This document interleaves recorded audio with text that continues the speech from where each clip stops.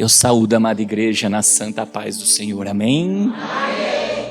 Irmãos, durante essa semana Deus colocou duas mulheres no meu caminho, onde o Senhor levou a gente a meditar nesse texto, e a gente sabe que Deus fala uma e duas vezes, e eu senti no dever de dividir com a igreja acerca desse assunto. Então eu gostaria que todos meditassem comigo em nome de Jesus.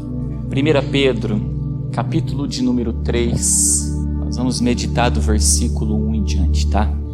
Para quem é casado, sirva de ensinamento. Para quem ainda não é casado, que também sirva de ensinamento, para que quando se casar, venha ter a conduta, venha ter a postura, da forma e do modo como Deus deseja que a gente tenha, amém? Olha lá. Semelhantemente vós mulheres, sede sujeitas a vossos próprios maridos, para que também, se alguns não obedeçam à palavra, pelo porte de suas mulheres sejam ganhos sem palavras, considerando a vossa vida casta em temor. Vamos até aqui primeiro, depois a gente delonga. Presta atenção. A Bíblia é bem clara em dizer para nós que uma fé sem obras é uma fé o quê? Morta. A melhor maneira de eu e você pregarmos o Evangelho de Cristo, escuta isso, não é somente abrindo a boca e declarando o Evangelho, porque isso os escribas e fariseus também fazem, e Jesus olha para eles e chama eles constantemente de hipócritas. Mas a melhor forma de eu e você ministrarmos a palavra de Deus é pelo nosso porte, é pela nossa conduta, é pela nossa postura de um verdadeiro cristão. Porque bem verdade está escrito na palavra: nos fins dos tempos se levantariam muitos falsos cristos e muitos falsos profetas. Falsos cristos, irmãos, são falsos cristãos. São pessoas que se dizem cristãos, mas não são o quê? Verdadeiras. Porque pelo seu porte não dão testemunho que é fiel e o quê? E verdadeiro. E guarda algo, mulher. Se porventura tu vê que o teu marido ou o homem cujo qual Deus colocou você para se relacionar não obedece à palavra de Deus, não fica ali o tempo todo falando, fala sim da palavra, uma, duas vezes, e depois, porque é o que Deus fala, e ganha Ele através da sua o quê? Conduta e de boca fechada. Porque, irmãos, olha o que está escrito em Provérbios, capítulo 27, versículos 15, nós já meditamos nisso. O gotejar contínuo no dia da grande chuva e a mulher rixosa, uma e a outra são semelhantes. O que é o dia da grande chuva? É o dia da tempestade, é o dia da dificuldade. E nessa hora é que nós vamos ganhar as pessoas pelo nosso porte. E se a gente ficar que nem uma goteira, o que é uma goteira? Aquele negócio que fica batendo sempre no mesmo lugar, pingando sempre no mesmo. Pronto, nós vamos ter posturas de pessoas o quê? Rixosas. E a Bíblia diz, é melhor estar no deserto do que estar com uma mulher o quê? Rixosa. Então quando é que vai aparecer a diferença de um porte de uma mulher dentro de um casamento? Pode ter certeza disso, vai ser no dia da tempestade. Vai ser no dia da dificuldade, porque no dia da bonança, irmão, ninguém briga com ninguém. Tudo vai bem, tudo contribui, tudo flui para o caminho que tem que o quê? Que fluir. Então a primeira coisa que o Senhor está pedindo para mim e para você é porte de um verdadeiro cristão. E tu, mulher, não sejas rixosa, e tu, homem, não seja iracundo, porque ambos são sinônimos análogos. Voltando lá para o texto de 1 Pedro que nós estávamos meditando, olha aqui, ó. Considerando a vossa vida casta em temor. O que é uma vida casta? É uma vida separada. O que é uma vida casta? É uma vida pura. Pura em quê? Em qualquer coisa, irmãos. Não em o quê? Em temor. E a Bíblia diz que o princípio da sabedoria é o temor a quem? A Deus. Quer ver um exemplo de vida casta em temor? Imagine que o teu marido ele não obedece. Aí ele chega para ti e fala: ó, esposa, vai buscar uma cerveja para mim lá no bar. Você vai responder o que para ele? Você vai se sujeitar a ele? Ou você vai viver uma vida casta? Então a mulher só se sujeita ao marido se aquilo que o marido também está determinando para a vida dela vai levar ela a ter uma vida casta o quê? Em temor a Deus. Caso contrário, ela não sujeita não. Caso contrário, ela sujeita a Deus e resiste quem? O diabo. Então quando a mulher tem sabedoria, ela teme a Deus, e a mulher sábia vai edificar o quê? A sua casa. Ela vai edificar a sua casa. Então mulher é vida casta. Quando fala de casta, a gente lembra também de castidade, quer dizer, não se deita com uma outra palavra, não se deita com outras coisas que não arremetem a temer ao quê? A Deus. Se isso não leva a temer Deus, eu não tenho nada com o quê? Com ele. Aí o teu marido vai começar a ouvir sim, e vai começar a ouvir o quê? Não. Aí ele vai começar a ver dentro de casa uma mulher que tem o quê? Porte de uma verdadeira cristã. Então quando Deus fala de sujeição, irmãos, cuidado, porque a sujeição vai até que edifique, porque tudo é lícito, mas nem tudo convém. Tudo é lícito, mas nem tudo edifica. E eu não me deixarei dominar por coisa o quê? Alguma.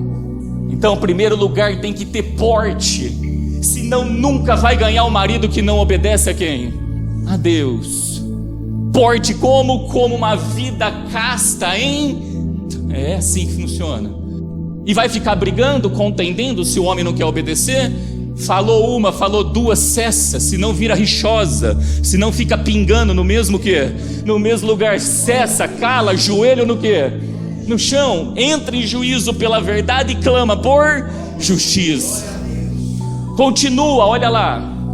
O enfeite delas não seja o exterior, no frisado dos cabelos, no uso de joias de ouro e na compostura de vestidos. Presta atenção nisso, irmão, isso aqui é muito sério. Se esse tipo de coisa ganhasse marido, a gente não via um divórcio no meio artístico. A gente não via um divórcio, irmãos, no mundo da moda.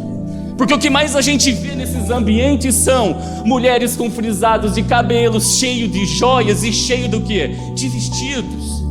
Como é que uma santa mulher de Deus se veste?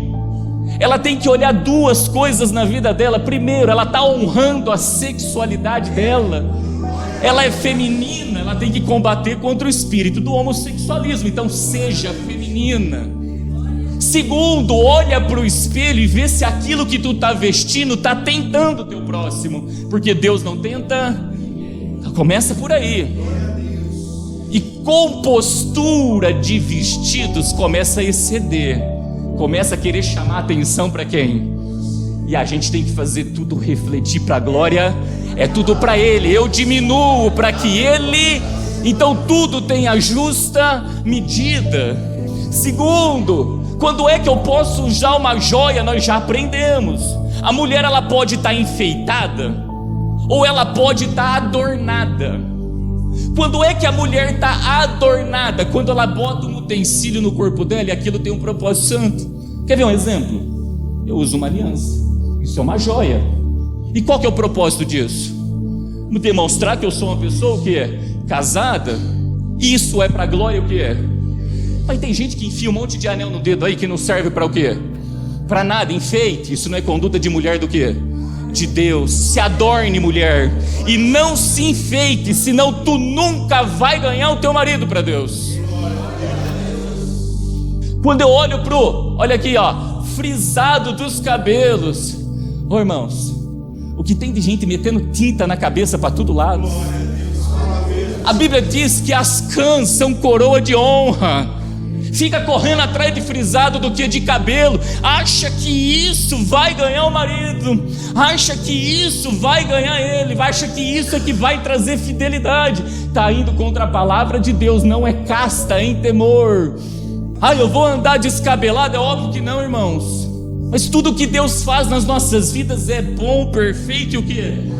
Se Ele nos fez dessa maneira, cuide-se sim do corpo, do templo do Espírito Santo, mas cuidado para não torcer Ele, cuidado para querer fazer para a sua glória e não fazer para a glória. Quer comais, quer bebais, quer façais quaisquer outras coisas, faça tudo para a glória, é para a glória dele, não é para a nossa não, para a nossa. Então presta atenção, irmãos, aqui Deus está ensinando como a gente se adorna, e em cima Ele está ensinando que a gente ganha 100 palavras, e olha que interessante isso, quando Ele fala em ganhar 100 palavras, olha o que está escrito em 1 Coríntios, capítulo 4, 14, versículo 34, irmã, dá um voltarzinho que eu vou precisar do versículo 35 também, por favor, presta atenção nisso. As mulheres estejam caladas na igreja, porque não lhe é permitido falar, mas estejam sujeitas, como também ordena a lei. E se querem aprender alguma coisa, interroguem em casa seus próprios maridos, porque é indecente que falem Aí todo mundo olha assim, a gente tem que tomar cuidado de catar um versículo individual e falar assim, a mulher não pode vir aqui e falar o quê? Não é isso que ele está dizendo. O versículo de baixo explica o de cima. Observa que no de baixo mostra que a mulher não tem o quê? Conhecimento. E quando a gente não tem conhecimento, posso falar uma coisa para vocês? É melhor a gente ficar quieta do que abrir a boca e falar o quê? Bobagem. Porque a palavra tem poder para dar vida e tirar o quê? Porque se fosse para a mulher ficar calada dentro da igreja, o apóstolo Paulo, o mesmo apóstolo que mandou essa carta aqui, ele também botou esse texto que está lá em Coríntios. Olha o que está escrito lá. Mas toda mulher que ora ou profetiza, o que é orar? Orar é uma ação nossa da terra para o quê? Para o céu. O que é profetizar, irmãos? É uma ação que vem do céu para o quê? Para a terra. Então como é que a mulher fica calada? Só que ele deu uma diretriz, ele falou, quando ela for orar ou profetizar, ela tem que estar com a cabeça o quê? Por que ela tem que estar com a cabeça coberta? Nós já aprendemos. A mulher foi feita à glória do homem. O homem foi feito à imagem e glória de Cristo. Logo dentro da igreja eu tenho duas glórias, a mulher que é a glória do homem e o homem que é a imagem e glória de quem? De Cristo. Só que como tudo dentro da igreja tem que ser feito para a glória de Deus e a glória de Deus é Jesus, então uma glória tem que desaparecer, uma glória tem que diminuir. Aí é onde ele fala, vai lá e cobre o quê? A cabeça, para que só apareça dentro da igreja a imagem e glória que é de quem? De Cristo. Então presta atenção, o apóstolo Paulo não disse que a mulher está proibida de falar. Quando a gente olha lá, ele está dizendo, se for para abrir a boca, seja para profetir. E aí a Bíblia fala que o dom de profecia vem do Espírito de Deus, e ele vem para edificação do quê? Da igreja. Então pelo amor de Deus, ele está dizendo, se não tem entendimento, fecha a boca, senta com o teu marido e busca em Deus a sabedoria. Mas se tu tem a sabedoria que veio dos céus, vai na igreja e profetiza, mas cobre a cabeça como sinal do quê? De poderio, dizendo, não estou tocando na glória. Deu para entender isso? Então voltamos lá em 1 Pedro. Pronto, tratamos como tem que ser a mulher casta em temor, tem que saber a hora de abrir a boca e a hora de fechar, tem que saber como se adornar, porque quando ela age dessa maneira, olha aqui, o enfeite delas não seja o exterior, no frisado de cabelos, no uso de joias de ouros e na compostura de vestidos. Mas olha aqui, mas o homem encoberto no coração, no incorruptível traje de um espírito manso e quieto, que é precioso diante do quê? De Deus. Irmãos, como é que eu encubro o coração de um homem? Essa é a pergunta. Olha o que está escrito em 2 Coríntios, capítulo 4. Mas se ainda o evangelho está encoberto, e o coração do homem tem que estar o quê? Encoberto. Para os que se perdem está o quê? Presta atenção. Você tem que encher o coração do homem da palavra. É assim que eu encubro o coração de um homem. Irmãos, não está na aparência, não está no exterior, Por isso que a mulher sábia edifica, porque ela tem porte, e quando ela abre a boca dela, ela encobre o coração, e ela nunca quer ganhar aquele marido para ela, mas ele quer o tempo todo que os olhos do marido estejam vendo o filho e crendo. É assim que eu encubro. E quem que é o filho? O filho é o verbo, é a própria... Não, quanta mulher querendo chamar a atenção do marido para quem? Mas não leva os olhos do marido para quem? Irmãos, presta atenção. O que mantém um casamento unido chama-se temor a Deus. O homem só é fiel à mulher porque ele teme a Deus.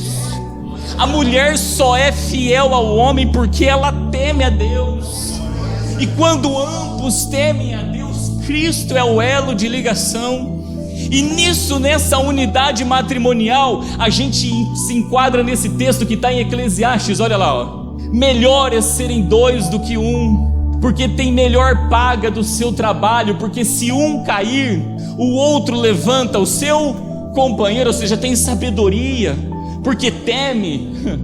Mas ai do que estiver só, porque, pois caindo não haverá outro que o levante.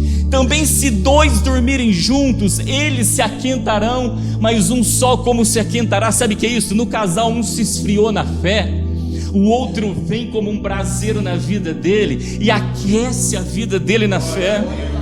Continuando, e se alguém quiser prevalecer contra um, os dois o que? Lhe resistirão. A Bíblia fala que aonde tem 2 ou 3 reunidos em meu nome, o Senhor se faz o que? Por isso ele vai dizer, e a cordão de 3 dobras não se quebra tão depressa. Ô irmãos, até agora está falando de 2 dobras. 2, 2, 2, chega no final ele fala 3. Quem que é a terceira dobra? É o Senhor, mas o Senhor só vai ser a terceira dobra quando os dois temerem a quem? Quando os dois temerem a Deus. Enquanto a mulher não for casta em temor, aonde está a corda de 3 dobras? Enquanto o homem não for casto em temor, aonde está a corda de 3 dobras? Pode se preparar, vai quebrar facilmente, porque a corda mais forte do nosso relacionamento é quem? É Cristo. E quando a gente tem temor, irmãos, um dos espíritos de Deus é o espírito de temor. E o espírito vem para convencer do pecado, vem para convencer da justiça e vem para convencer do juízo. É dessa maneira que a gente tem que se posicionar. Olha o que está escrito, voltando lá em 1 Pedro, já vou terminar, irmãos. Mas o homem encoberto do coração, no incorruptível traje de um espírito manso e quieto, que é piedoso diante... Lembra? Bem-aventurados mansos de coração. Um espírito quieto não é um espírito contencioso. A palavra de Deus veio, recebe de bom grado, não fica contendendo, se sujeita a Deus da maneira como tem que o que é? Que se sujeitar. Olha lá. Porque assim, olha aqui, irmãos, se o que? Lá em cima fala enfeite, aqui embaixo ele chama do que? De adorno. Porque assim se adornava também antigamente as santas mulheres que esperavam em Deus e estavam sujeitos aos seus próprios... Ei, mulher, não está casada? Esperei com paciência no Senhor, Ele ouviu o meu clamor. Desde a antiguidade nunca se viu e nunca se ouviu um Deus semelhante a ti, que trabalha em favor daqueles que nele... E quem não espera não colhe o trabalhar de Deus. Quem não espera passa na frente. Quem não espera não é uma santa mulher de Deus. Que esperavam em Deus e estavam sujeitos ao seu próprio marido, como casta em temor. Continuando. Como Sara obedecia a Abraão, chamando-lhe Senhor, da qual vós sois filhos, fazendo bem e não temendo nenhum espanto. Olha que interessante, quando eu olho para esse casal aqui, ó, Sara e Abraão, certa feita teve um rei que quis tomar posse dessa mulher aqui, ó. O dia que ele tentou tocar naquela mulher, Deus apareceu em sonho e falou, não toca. E por que não, irmãos? Porque quem que era a corda, quem que era a terceira dobra desta corda? Era o Senhor. E aquilo que Deus uniu, o homem o que? Nos separa. Então guarda algo, Deus intervir, irmãos, no assunto para não o que? Existir o que no casamento? Separação. Se Deus não intervém nesse casamento, você sabe o que tinha acontecido? Tinha existido separação, Sara tinha se tornado rainha de um outro rei, teria seguido o caminho. Mas quando a gente aprende a esperar em Deus, sendo sujeito, em casto, em temor, guarda algo, Deus intervém, irmãos. Se o inimigo tentar vir o que? Destruir aquilo que Deus uniu, não tem jeito.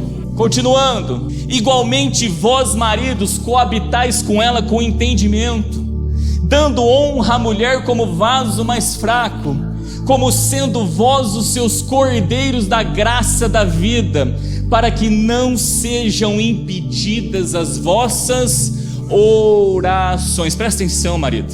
Se a tua mulher é uma mulher casta, em temor a Deus, a Bíblia nos manda dar honra. Dê honra a quem merece. A Bíblia manda eu e você honrarmos as nossas o quê? Esposas. Quais esposas? As santas mulheres de Deus. Porque se eu honrar uma mulher que não é uma santa mulher de Deus, irmãos, escuta, eu estou te dizendo, Deus também não vai ouvir a minha oração, porque eu estou dando honra para quem não merece o quê? Honra. A gente tem que dar honra para quem merece honra, e para isso, meus amados, é necessário que a mulher seja casta. Ela sendo casta, é obrigação do marido o quê? Honrar as tuas esposas. Quantos casamentos que a gente vê mulheres castas, de temor a Deus, e o marido o quê? Não honra. Pode ter certeza disso, a oração dele está o quê? Não passa do teto. Entrega na mão do Senhor, confia nele, ou mais ele o quê? Ele o fará, irmãos. Entrega, você vai ver, aí começa Deus catar o vaso, levar lá na olaria e começar o quê? A quebrar. Então presta atenção, pelo amor de Deus, vocês maridos, honre as esposas que são castas, hein? Porque elas estão agindo de maneira que edifica a casa e não destrói com as suas próprias mãos. Porque se a gente não honrar, Deus impede as nossas. Aí eu digo para os irmãos, a Bíblia diz que sem Deus nada podemos, nada. Se o céu está fechado para nós, o que é que a gente pode fazer? Nada.